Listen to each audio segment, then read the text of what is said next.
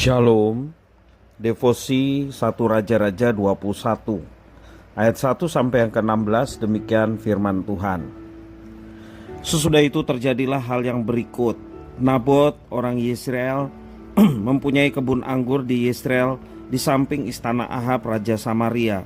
Berkatalah Ahab kepada Nabot, "Berikanlah kepadaku kebun anggurmu itu, supaya kujadikan kebun sayur, sebab letaknya dekat rumahku. Aku akan memberikan kepadamu kebun anggur yang lebih baik daripada itu sebagai gantinya. Atau jikalau engkau lebih suka, aku akan membayar harganya kepadamu dengan uang." Jawab Nabot kepada Ahab, "Kiranya Tuhan menghindarkan aku daripada memberikan milik pusaka nenek moyangku kepadamu." Lalu masuklah Ahab ke dalam istananya dengan kesal hati dan gusar karena perkataan yang dikatakan Nabot orang Yezreel itu kepadanya, "Tidak akan kuberikan kepadamu milik pusaka nenek moyangku." Maka berbaringlah ia di tempat tidurnya dan menelungkupkan mukanya dan tidak mau makan. Lalu datanglah Isabel istrinya dan berkata kepadanya, "Apa sebabnya hatimu kesal sehingga engkau tidak makan?"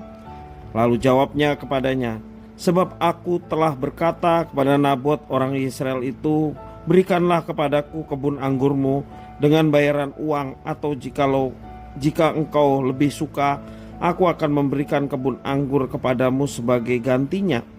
Tetapi sahutnya, "Tidak akan kuberikan kepadamu kebun anggurku itu."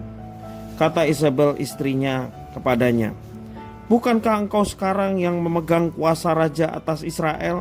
Bangunlah, makanlah, dan biarlah hatimu gembira. Aku akan memberikan kepadamu kebun anggur Nabot orang Yezreel itu." Kemudian ia menulis surat atas nama Ahab, memeteraikannya dengan meterai raja, lalu mengirim surat itu kepada tua-tua dan pemuka-pemuka yang diam di sekota dengan Nabot. Dalam surat itu dituliskannya demikian, "Maklumkanlah puasa dan suruhlah Nabot duduk paling depan di antara rakyat.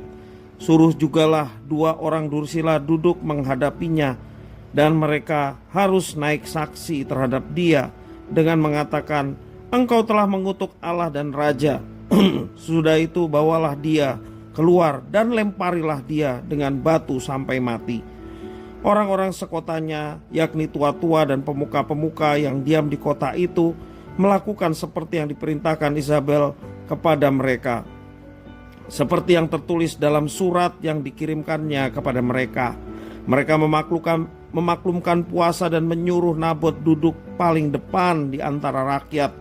Kemudian datanglah 2 orang, yakni orang-orang dursila itu, lalu duduk menghadapi Nabot. Orang-orang dursila itu naik saksi terhadap Nabot di depan rakyat, katanya, "Nabot telah mengutuk Allah dan Raja." Sesudah itu mereka membawa dia keluar kota, lalu melempari dia dengan batu sampai mati. Setelah itu mereka menyuruh orang kepada Isabel mengatakan, "Nabot sudah dilempari sampai mati."